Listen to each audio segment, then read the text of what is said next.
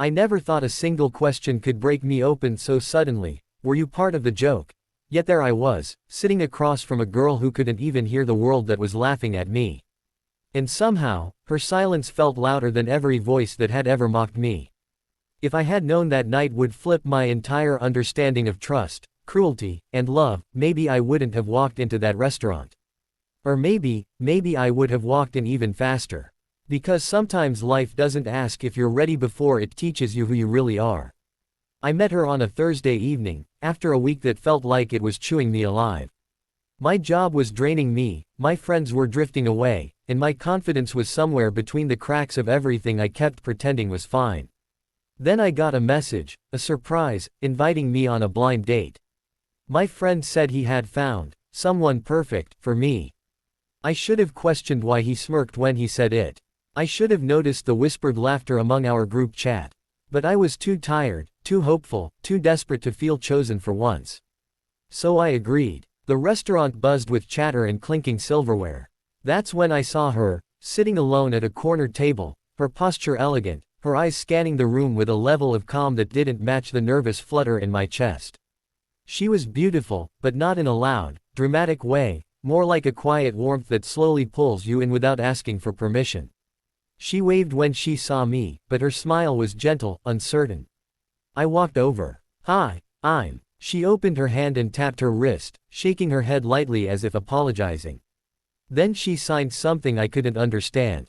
I froze. She reached for a small notepad and wrote, "I'm deaf. Hope that's okay." It was okay. More than okay. But something inside me cracked slightly.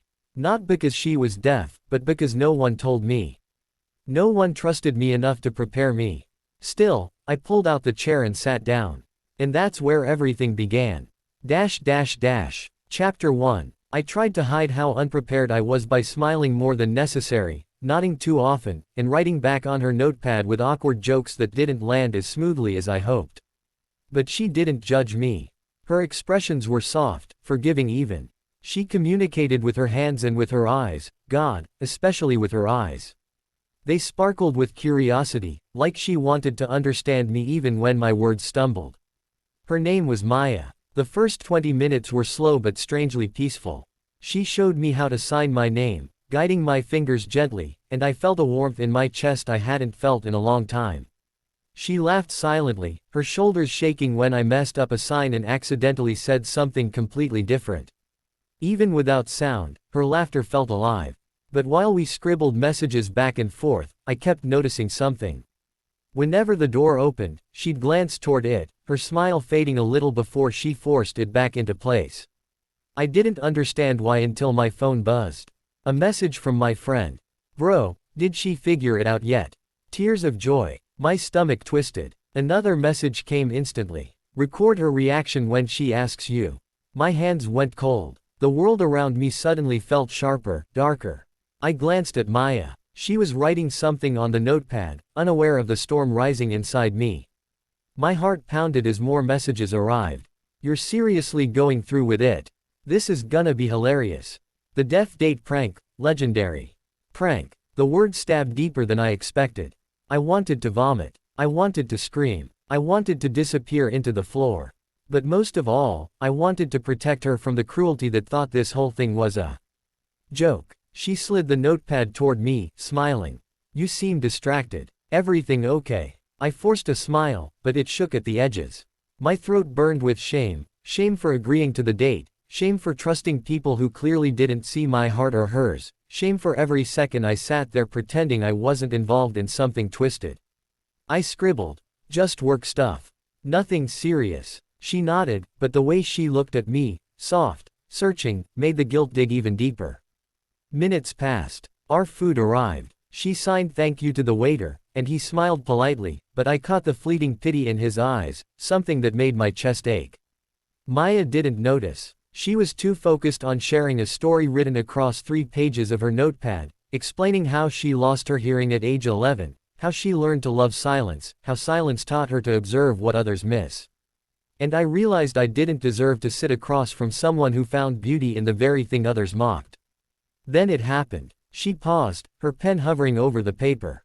Her expression changed, narrowed slightly, like she had pieced something together. She reached into her purse and pulled out her phone. She opened a message. And then I saw it. A screenshot. From my own friend's group chat. Sent by someone she knew. She looked up. Her eyes weren't soft anymore. She wrote slowly, deliberately. "Were you part of the joke?"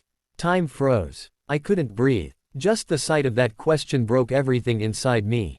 Because the truth hurt. The truth wasn't simple. I wasn't part of the joke, but I had walked into it blindly, stupidly, hoping for something real, and ended up hurting the one person who least deserved it.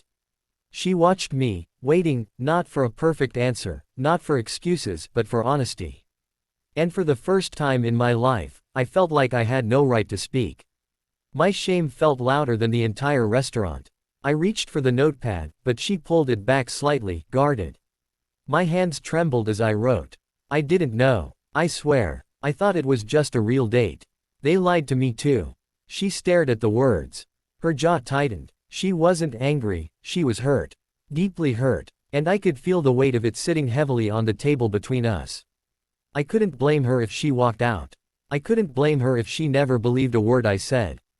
But I wasn't going to let her leave without trying to fix the piece of her heart that my so-called friends had cracked. I placed the notepad closer to her. Let me prove it wasn't a joke for me. Her eyes softened, just barely.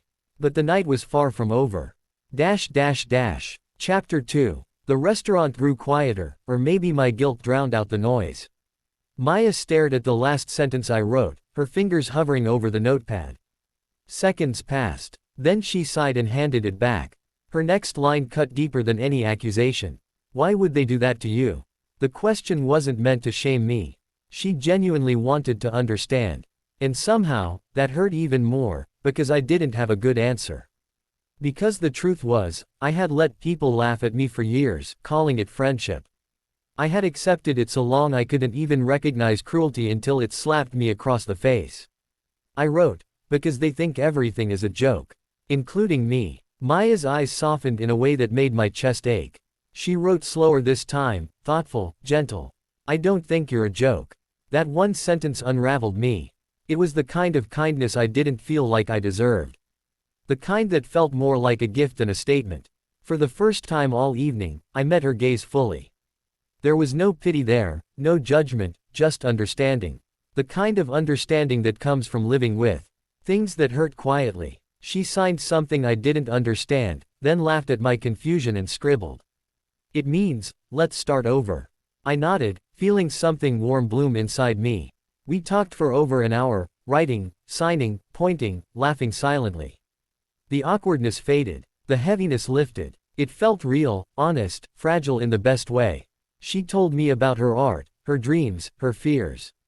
I told her about my frustrations, my loneliness, my wish to be seen for who I truly was. At one point she wrote, "You listen differently. Most people hear but don't listen." I didn't know how to respond. No one had ever said something so simple and so profound about me. Just when the night began to feel beautiful again, my phone buzzed. More messages. "Bro, tell us what happened. Did she freak out? Did you get it on video or what?" I stared at the screen, exhaustion flooding my veins. Maya watched my face shift. I didn't need to explain. The disappointment in her eyes said she understood. But this time, I didn't let shame silence me. I typed back in the group chat. "Don't ever contact me again. You don't get to laugh at her. And you don't get to laugh at me." Then I blocked them, one by one. Maya saw everything. She didn't smile, but something in her expression softened, a quiet respect, a recognition. When it was time to leave, we walked outside together. The night air was cold, but my heart felt strangely steadier than it had in years. She stopped near her car, pulled out her notepad one last time, and wrote, "I'm glad you weren't part of the joke. You didn't run away." I wrote beneath it, "I didn't want to." She hesitated, then stepped closer and placed her hand lightly over mine. A brief touch, but one that said more than 1,000 words could. Before getting into her car, she signed something again and pointed at my chest. I laughed. "I still don't know what that means." She wrote, "It means, be someone you're proud of." And then she left. I stood there, watching her taillights fade into the distance, realizing she had changed something inside me, something I didn't know needed changing.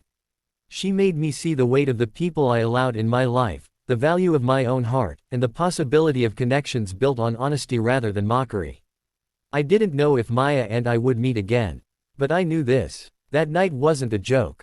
It was the moment I finally learned the difference between people who laugh at you and people who see you. And sometimes, all it takes is one person who listens, even in silence, to remind you that you were never the punchline.